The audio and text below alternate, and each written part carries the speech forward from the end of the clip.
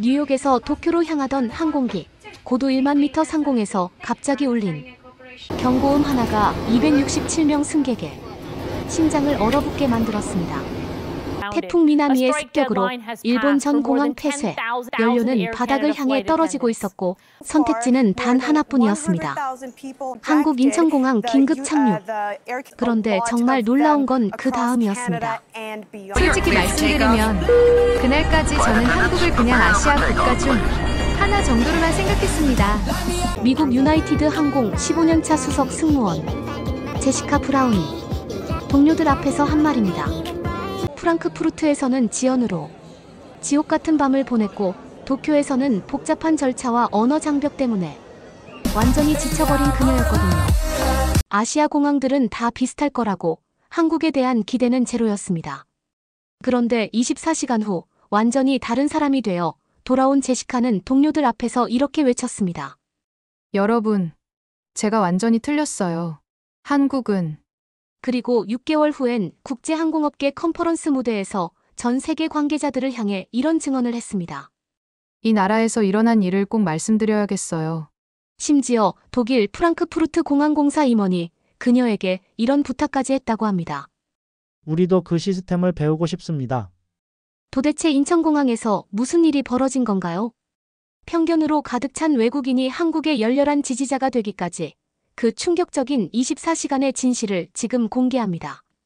잠깐 그 전에 좋아요와 구독 버튼은 콘텐츠 제작에 큰 힘이 됩니다. 또한 이 영상은 저작권이 있으므로 무단 사용을 금지합니다. 안녕하세요, 여러분.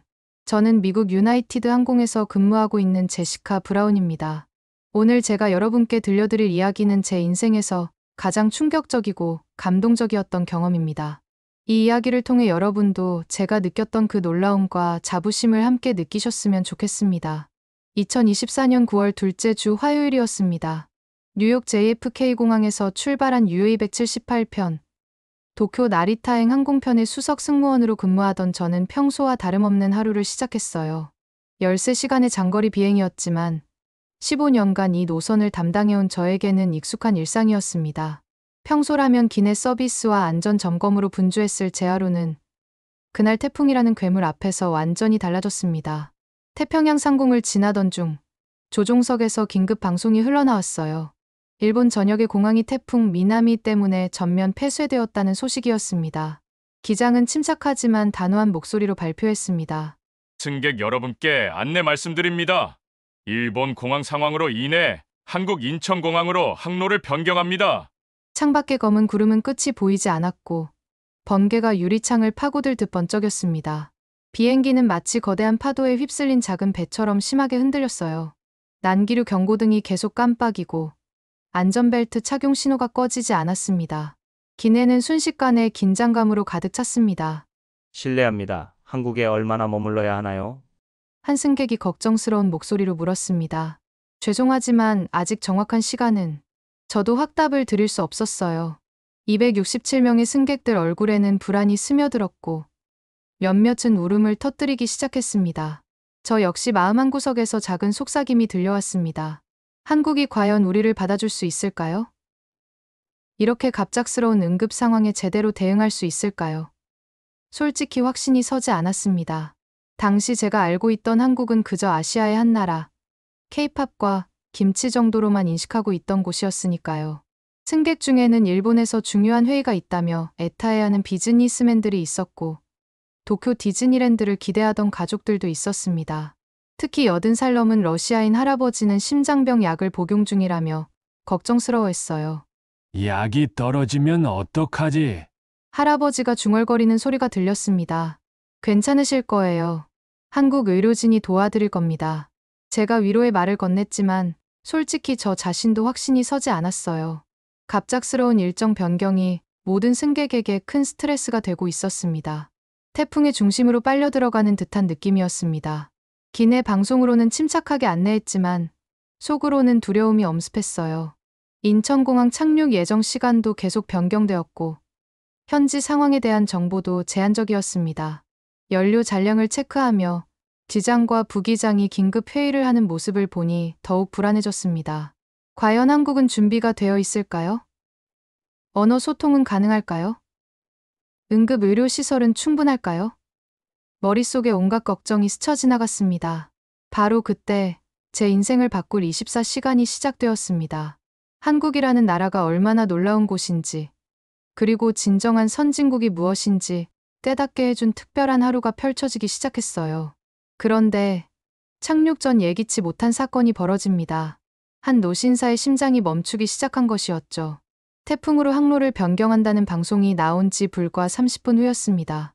승객들은 여전히 불안에 떨고 있었고 비행기는 흔들림을 멈추지 않았습니다. 그러나 그 순간 더욱 심각한 상황이 발생했습니다. 비즈니스석 12A에 앉아있던 러시아인 노신사 알렉산드르 볼코프 씨가 갑자기 가슴을 움켜쥐며 신음을 내뱉은 것입니다. 얼굴은 창백해졌고 손끝은 떨렸습니다. 81살의 고령, 심장질환을 앓고 있다고 미리 말했던 바로 그 승객이었습니다. 아파요. 그분의 창백한 얼굴과 떨리는 손끝을 보며 저는 심장이 얼어붙는 느낌이었습니다. 볼코프 씨, 괜찮으십니까? 제발 들리세요? 다급히 외쳤습니다. 그러나 그의 의식은 점점 흐려지고 있었습니다. 승무원으로서 배운 응급처치가 떠올랐지만 손이 굳어버린 듯 움직이지 않았습니다. 기내 응급 키트는 있었지만 심장마비 상황에서 전문 의료진 없이 할 수 있는 일은 제한적이었습니다.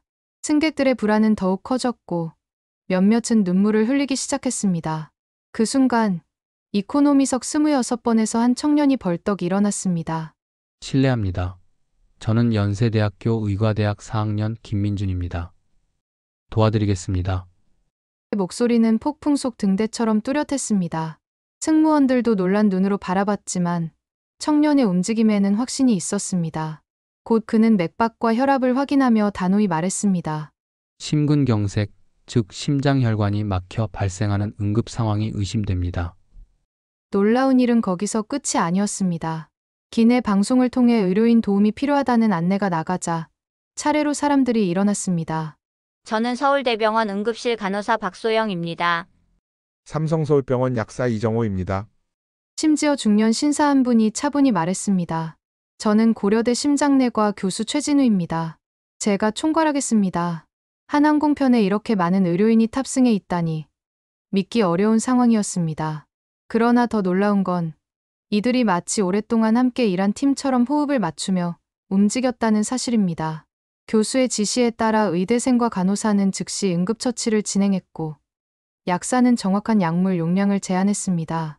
영어와 한국어가 뒤섞이며 오가는 의학적 대화는 혼란이 아닌 질서 그 자체였습니다. 환자의 맥박이 불규칙합니다. 혈압이 빠르게 떨어지고 있습니다. 니트로글리세린 투여가 필요합니다. 최 교수의 영어 설명에 제시카는 놀라움을 감추지 못했습니다. 미국에서도 이런 현장 협력은 보기 드문 일이었으니까요. 기내는 어느새 공포에서 희망으로 바뀌고 있었습니다. 노신사의 얼굴에 서서히 혈색이 돌아왔습니다. 최 교수는 진단을 마치며 말했습니다. 위험한 고비는 넘겼습니다. 하지만 즉시 병원으로 이송해야 합니다. 제시카는 속으로 중얼거렸습니다. 이게 한국 사람들의 저력이구나. 그러나 아직 위기는 끝나지 않았습니다. 착륙까지 남은 2시간, 한국은 정말 하늘과 땅을 잇는 지원을 보여줄 수 있을까요? 볼코프 씨의 호흡이 겨우 안정되자 최 교수는 단호하게 말했습니다. 착륙 전까지 환자 상태를 지속적으로 확인해야 합니다. 지상병원과 직접 연결할 방법이 필요합니다. 순간 제시카는 마음속으로 의문을 품었습니다. 상공에서 병원과 실시간으로 연결한다고? 미국에서도 이런 건 쉽지 않은데 한국에서 가능할까? 하지만 교수의 눈빛은 흔들림이 없었습니다. 기장이 관제탑에 긴급 무전을 보냈습니다. 인천, 여기 UA178점. 기내 응급 환자 발생. 지상 의료 지원 요청. 잠시 정적이 흐르더니 놀라운 응답이 들려왔습니다. 상황 접수했습니다. 환자 나이와 증상, 투여 약물 정보를 알려주십시오. 관제사의 영어는 유창했고 의학 용어까지 정확했습니다. 제시카는 순간 귀를 의심했습니다. 단순한 안내가 아니라 전문 지식으로 대화가 이어지고 있었던 겁니다. 그리고 몇 분 후 더 충격적인 일이 벌어졌습니다. UA178 삼성서울병원 응급의학과와 연결합니다. 기내 통신기에 들려온 목소리는 전문의의 것이었습니다. 3만 피트 상공에서 지상 전문의와의 협진이 시작된 것이죠. 최 교수는 즉시 환자의 상태를 보고했습니다. 81세 러시아 남성. 심혈관 질환 병력 있음. 현재 혈압 불안정. 니트로글리세린 투여 완료. 산소 공급 유지 중. 전문의는 곧바로 지시를 내렸습니다. 안정세 유지, 착륙 후 즉시 심혈관 조영술 필요. 환자 가족 연락 가능 여부 확인 바랍니다.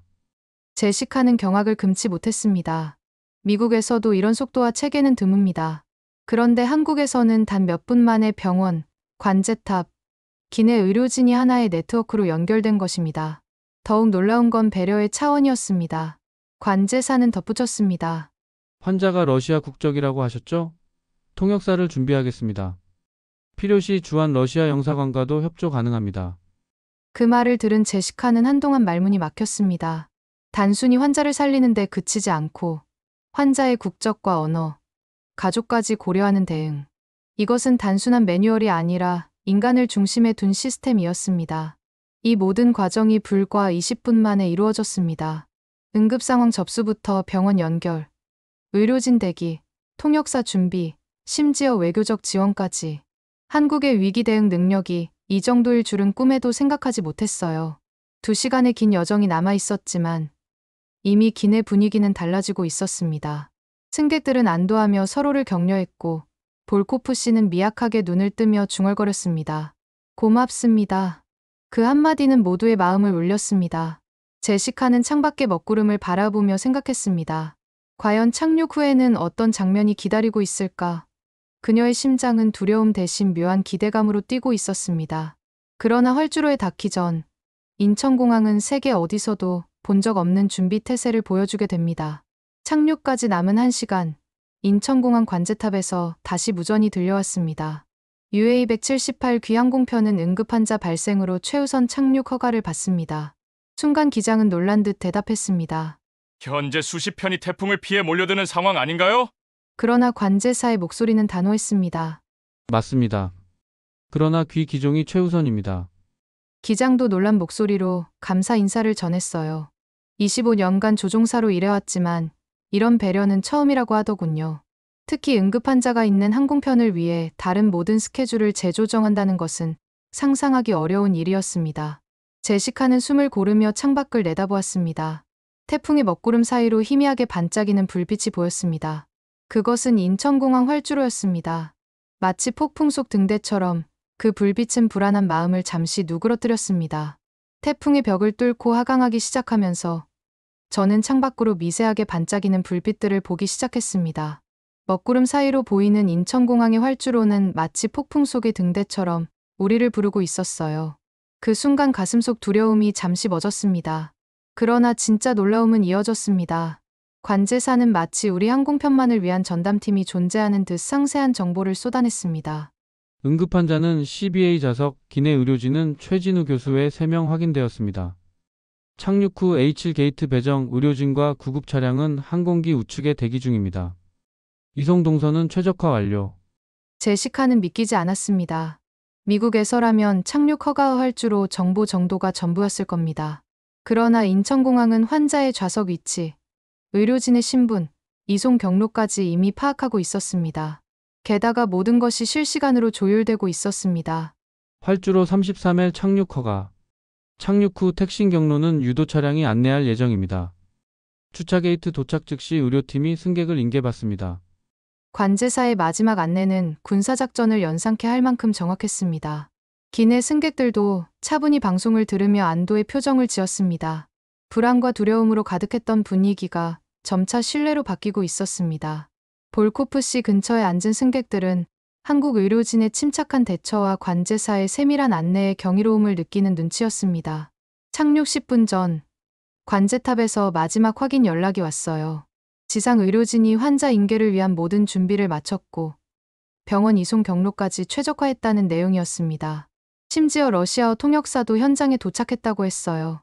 그 순간 저는 깨달았습니다. 이곳은 단순히 준비되어 있는 게 아니라 모든 상황에 대한 완벽한 시스템을 갖추고 있다는 것을 말이에요.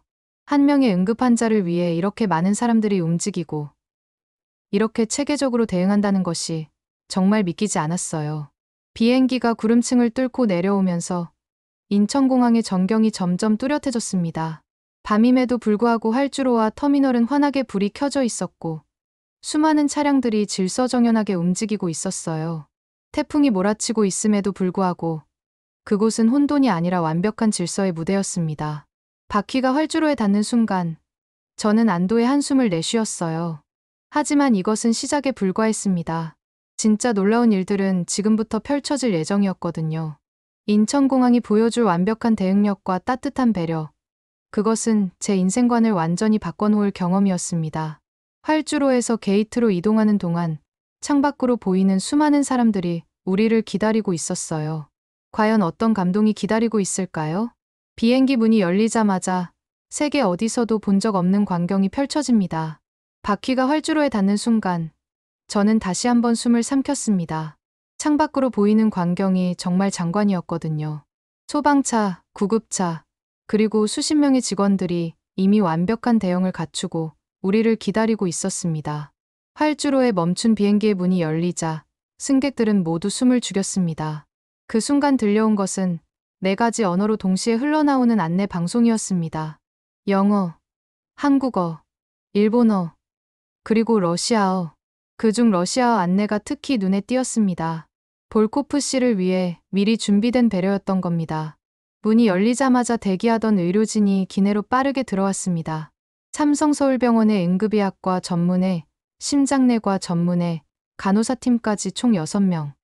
이들은 침착하게 볼코프 씨를 확인하며 기내에서 도움을 준 한국 의료진과 손발을 맞췄습니다. 최 교수의 보고를 들은 지상 의료진은 곧바로 다음 단계로 넘어갔습니다. 마치 오랫동안 함께 일한 팀처럼 호흡이 척척 맞았습니다. Professor Choi, thank you for your excellent first aid. We'll take over from here. 전문의의 유창한 영어가 제시카의 귀를 울렸습니다. 그 순간 미국에서도 보기 힘든 수준의 국제적 협업이 눈앞에서 펼쳐지고 있었습니다. 더 놀라운 장면은 곧 이어졌습니다. 러시아어 통역사가 환자에게 다가가 말했습니다. 볼코프 씨, 이제 안전하십니다. 한국 의사들이 돌봐드릴 겁니다. 그의 얼굴에 안도의 빛이 퍼졌습니다. 낯선 땅에서 자신을 이해하는 언어가 들린다는 건 그 자체로 큰 위로였습니다.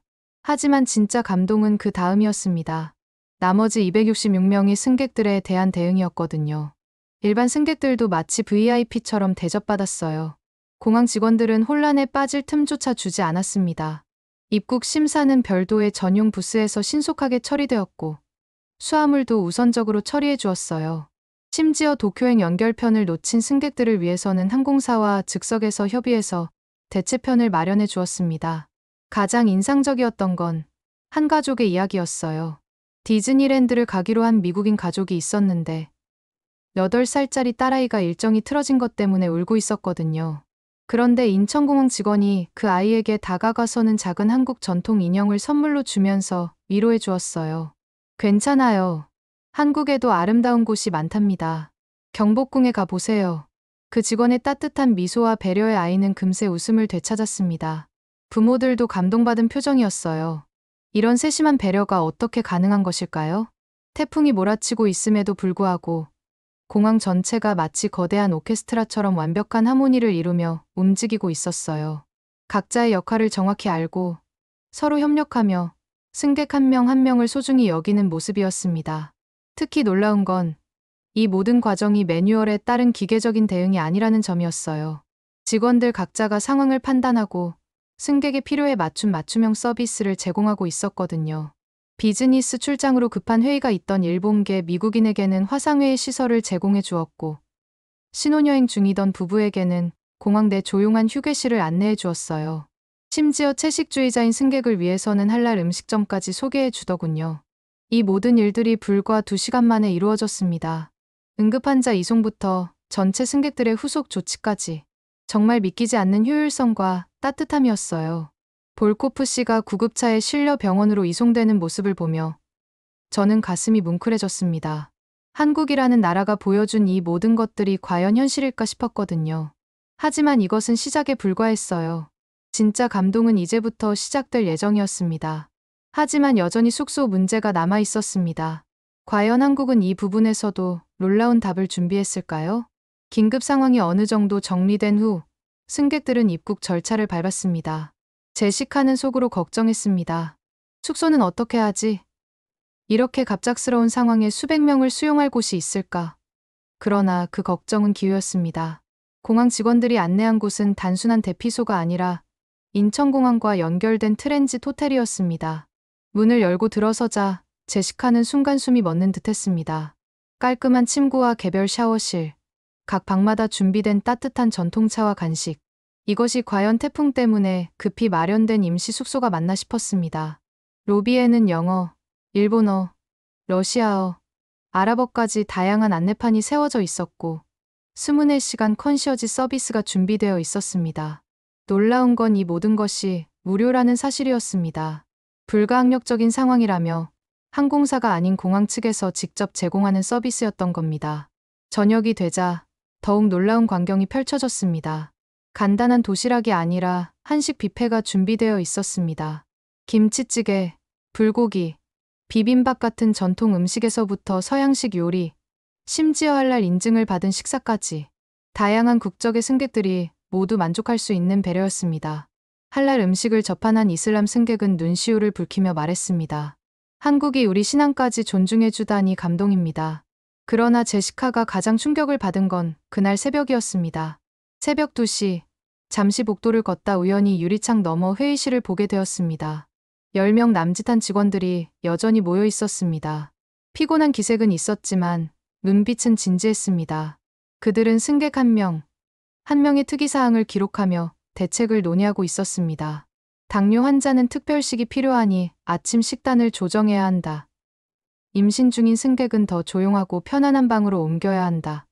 비즈니스맨은 내일 화상회의 시설이 필요하다. 그 순간 제시카는 깨달았습니다. 이건 단순한 매뉴얼이 아니었습니다. 직원들의 태도는 서비스가 아니라 보호였습니다. 마치 자기 가족을 돌보듯 진심을 담은 준비였던 것입니다. 다음 날 아침, 방 앞에 놓인 작은 봉투가 제시카를 다시 놀라게 했습니다. 안에는 그녀를 위한 맞춤 안내문이 들어 있었습니다. 승무원분들을 위해 항공업계 관련 한국 뉴스 요약과 인천공항 견학 프로그램을 준비했습니다. 다른 승객들 방에도 각각 다른 안내가 놓여 있었습니다. 의료진에게는 한국 의료 시스템 소개서, 비즈니스맨에게는 한국 경제 동향 자료, 가족 단위 여행객에게는 아이들을 위한 전통 장난감과 서울 관광 가이드북이 준비되어 있었습니다. 불과 하룻밤 사이에 준비된 맞춤 서비스라니 믿기 어려운 광경이었습니다. 제시카는 속으로 중얼거렸습니다. 한국은 손님을 단순히 머무는 손님으로 대하지 않는구나. 한 사람 한 사람을 존중하는구나. 태풍이 지나간 다음 날 아침, 한국은 또 한 번 상식을 뛰어넘는 모습을 보여주게 됩니다. 다음 날 아침, 제시카는 창밖을 바라보다 또 한 번 충격을 받았습니다. 불과 몇 시간 전까지만 해도 태풍의 중심에 있던 인천공항이 거짓말처럼 정상으로 돌아와 있었기 때문입니다. 활주로는 이미 정리되어 있었고 수십 편의 항공기가 질서정연하게 이착륙하고 있었습니다. 제시카는 속으로 비교했습니다. 미국에서 허리케인 복구는 보통 며칠씩 걸리는데 한국은 단 하룻밤 만에. 그러던 중 기적 같은 소식이 전해졌습니다. 심장마비로 쓰러졌던 볼코프 씨가 삼성서울병원에서 치료를 받고 건강을 회복해 직접 공항으로 돌아온 것입니다. 그는 걸음은 아직 조심스러웠지만 얼굴에는 생기가 돌았습니다. 부인과 함께 나타난 그는 제시카에게 다가와 두 손을 꼭 잡았습니다. 한국은 제 목숨을 살려주었습니다. 이 은혜를 평생 잊지 못할 겁니다. 그의 눈가에는 눈물이 맺혀 있었습니다. 특히 인상적인 건 그의 부인이 한국에 도착하는 과정이었습니다. 주한 러시아 영사관의 긴급 지원으로 비자를 발급받고 공항에서는 VIP 안내를 받아 남편 곁으로 무사히 합류한 것이었습니다. 부인은 떨리는 목소리로 말했습니다. 한국인들이 우리를 이렇게까지 배려해 줄 몰랐습니다. 그날 아침 공항 내 작은 모임이 열렸습니다. 기내에서 볼코프 씨를 도왔던 한국 의료진들이 다시 모인 자리였습니다. 최 교수, 김 의대생, 박 간호사, 이 약사까지. 이들은 처음 만난 사이였음에도 마치 오랜 동료처럼 웃으며 대화를 나누었습니다. 저희도 이런 경험은 처음입니다. 하지만 환자를 살려야 한다는 마음은 같았죠. 최 교수의 말에 모두 고개를 끄덕였습니다. 김 학생은 이번 일로 응급의학을 전공하겠다는 결심이 확고해졌습니다라고 말했고, 박 간호사는 국제협력의 중요성을 새삼 깨달았다고 했습니다. 이 약사 또한 기내 응급 상황에서의 약물 관리 연구를 더 깊이 하고 싶다고 밝혔습니다. 제시카는 그들의 대화를 들으며 감탄했습니다. 단순히 전문성이 뛰어난 것만이 아니라 경험을 통해 배우고 더 발전하려는 자세가 한국 사람들에게 있다는 사실이었습니다. 그것은 곧 한국이 지금의 위치에 오를 수 있었던 이유이기도 했습니다. 오전 10시 공항 측은 특별한 제안을 했습니다. 출발 전에 간단한 인천공항 투어를 해보시겠습니까? 평소라면 볼 수 없는 관제탑, 화물터미널, 응급대응센터까지 직접 소개해 주겠다는 것이었습니다. 제시카는 눈으로 확인했습니다. 수백 대의 항공기를 동시에 통제하는 첨단 관제 시스템, 자동화된 화물 처리, 그리고 위기 대응을 전담하는 부서까지. 무엇보다 인상적인 건 직원들의 태도였습니다. 그들은 제시카 일행을 보자 환한 미소로 맞으며 물었습니다. 어제 불편은 없으셨습니까? 단순한 고객 응대가 아닌 진심 어린 안부였습니다. 잠시 후 면세점에서 쇼핑할 시간도 주어졌습니다. 전통차 세트를 고르는 러시아 부부, 인형을 받아 들고 행복해하는 어린 소녀, 한국 라면을 박스로 사는 제시카. 승객들은 어제의 공포를 잊고 웃음을 되찾았습니다. 태풍으로 시작된 하루가 이제 따뜻한 햇살처럼 변해가고 있었던 것입니다.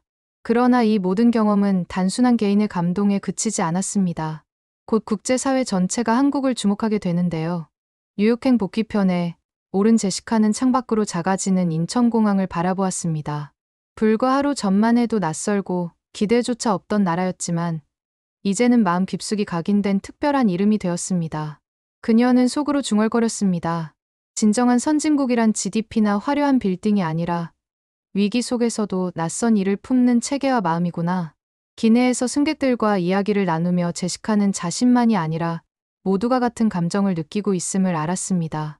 디즈니랜드에 가지 못해 울던 소녀는 한국에서 받은 인형을 꼭 껴안고 있었고, 비즈니스맨은 한국의 대응 속도와 효율성은 세계 최고다라며 감탄을 아끼지 않았습니다. 무엇보다 볼코프 씨 부부의 변화가 눈에 띄었습니다.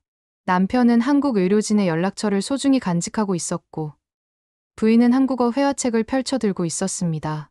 다음엔 한국을 꼭 여행하고 싶습니다. 두 사람은 진심 어린 미소로 그렇게 말했습니다. 뉴욕에 도착한 후 제시카는 동료들에게 이 경험을 전했습니다. 처음엔 과장된 이야기라며 웃던 동료들도 사진과 증언을 확인하고는 믿을 수 없다는 표정을 지었습니다. 정말 그런 일이 있었단 말이야?